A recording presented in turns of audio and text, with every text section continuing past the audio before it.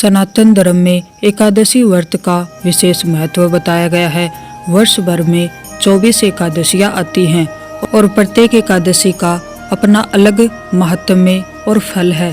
फाल्गुन मास के शुक्ल पक्ष की एकादशी को आमलकी एकादशी कहा जाता है।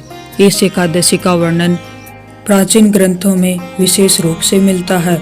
इसका महत्व इतना अधिक है कि इसे समस्त पापों का नाश करने वाली तथा मोक्ष प्रदान करने वाली एकादशी कहा गया है। इस व्रत का संबंध आंवले वृक्ष से है। आंवला वृक्ष को भगवान विष्णु का प्रिय माना गया है। इस दिन आंवले की वृक्ष की पूजा, व्रत और कथा सुनने से व्यक्ति के समस्त पाप नष्ट हो जाते हैं और उसे वैकुंठ धाम की प्राप्ति होती है। प्राचीन काल में विदिशा नामक एक नगरी थी।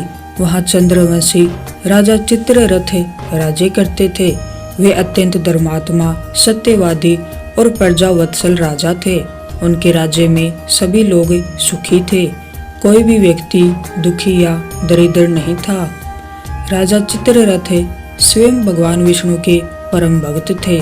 वे प्रत्येक एकादशी का व्रत रखते और प्रजा को भी व्रत रखने के लिए प्रेरित करते थे। उनके राज्य में ब्राह्मण, क्षत्रिय, वैश्य और शूद्र सभी लोग धर्म का पालन करते थे। फाल्गुन मास की शुक्ल पक्ष की एकादशी आई। राजा ने घोषणा की कि सभी लोग आमलकी एकादशी का व्रत रखें और भगवान विष्णु की पूजा करें। राजा और समस्त प्रजा ने मिलकर एक सुंदर स्थान पर आंवले के वृक्ष के नीचे भगवान विष्णु की मूर्ति स्थापित की। वहाँ विधि पूर्वक पूजा अर्चना की गई, दीपक जलाए गए, भजन कीर्तन हुआ और कथा का स्मरण हुआ। रात भर जागरण किया गया। सभी भक्तजन भगवान विष्णु का स्मरण करते रहे। उसी रात एक शिकारी भोजन की तलाश में जंगल में भटक रहा था। वह अत्यंत पापी था। उसने जीवन भर हिंसा और पाप किए थे। भूख प्यास से व्याकुल वह शिकारी उस स्थान पर पहुंचा जहां राजा और प्रजा पूजा कर रहे थे। उसने देखा कि लोग व्रत रखकर भजन कर रहे हैं। वह दूर खड़ा होकर यह सब देखने लगा। भूख के कारण वह भी उस दिन कुछ खा नहीं सका। इस प्रकार अनजाने में ही उसका भी उपवास हो गया। रात भर वह वहीं पर बैठा रहा और भगवान विष्णु का नाम सुनता रहा। प्रातःकाल होते ही सब लोग अपने अपने घर चले गए।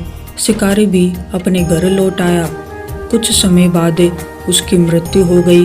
मृत्यु के पश्चात यमदूत उसे लेने आए, परंतु तभी भगवान विष्णु के दूत वहां प्रकट हुए। उन्होंने यमदूतों को रोक दिया और कहा कि यह व्यक्ति आमलकी एकादशी का व्रत कर चुका है।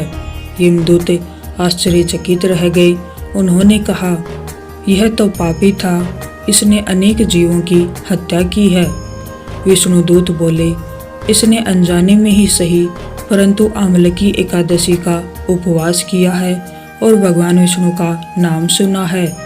इस पुण्य के प्रभाव से इसके समस्त पाप नष्ट हो गए हैं। इस प्रकार शिकारी को विष्णुलोक की प्राप्ति हुई।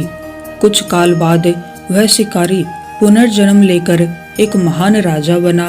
वह अत्यंत धर्मात्मा और पराक्रमी था। उसका राज्य सुखी और समृद्ध था। वह सदैव भगवान विष्णु की भक्ति करता और प्रजा को धर्म मार्ग पर चलने की प्रेरणा देता। एक दिन जब वह वन में शिकार खेलने गया तो शत्रुओं ने उस पर आक्रमण कर दिया। राजा अकेला था। तभी भगवान विष्णु की कृपा से वहां दिव्य स्त्री प्रकट हुई। उसने शत्रुओं का संहार किया। राजा ने पूछा, आप कौन हैं? दिव्य स्त्री बोली, मैं आमलकी एकादशी के व्रत का पुण्य फल हूँ। पिछले जन्म में तुमने जो व्रत किया था उसी के प्रभाव से आज तुम्हारी रक्षा हुई है। यह सुनकर राजा भाव विभोर हो गया और उसने और अधिक श्रद्धा से भगवान विष्णु की भक्ति की।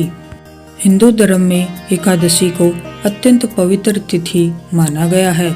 इस दिन उपवास रखने और भगवान विष्णु की पूजा करने से मनुष्य के समस्त पाप नष्ट हो जाते हैं। भगवान विष्णु को पालनहार कहा जाता है। वे संसार के समस्त प्राणियों की रक्षा करते हैं। एकादशी के दिन उपवास रखने से मन, वाणी और शरीर शुद्ध होते हैं। आमलकी एकादशी विशेष रूप से इसलिए महत्वपूर्ण है क्योंकि इस दिन आंवले के वृक्ष में स्वयं भगवान विष्णु का वास माना गया है। आमलकी एकादशी के दिन प्रातः काल स्नान कर भगवान विष्णु का ध्यान करना चाहिए। आंवले के वृक्ष की पूजा करनी चाहिए। धूप दीप नैवेद्य अर्पित करना चाहिए। ओम नमो भगवते वासुदेवाय मंत्र का जप करना चाहिए और दिन भर उपवास रखकर रात्रि में जागरण करना चाहिए। द्वादशी के दिन ब्राह्मणों को भोजन कराकर व्रत का पारण करना चाहिए। जो मनुष्य श्रद्धा और भक्ति से आमलकी एकादशी का व्रत करता है उसके सभी पाप नष्ट हो जाते हैं और उसे धन, सुख, समृद्धि और अंत में मोक्ष की प्राप्ति होती है।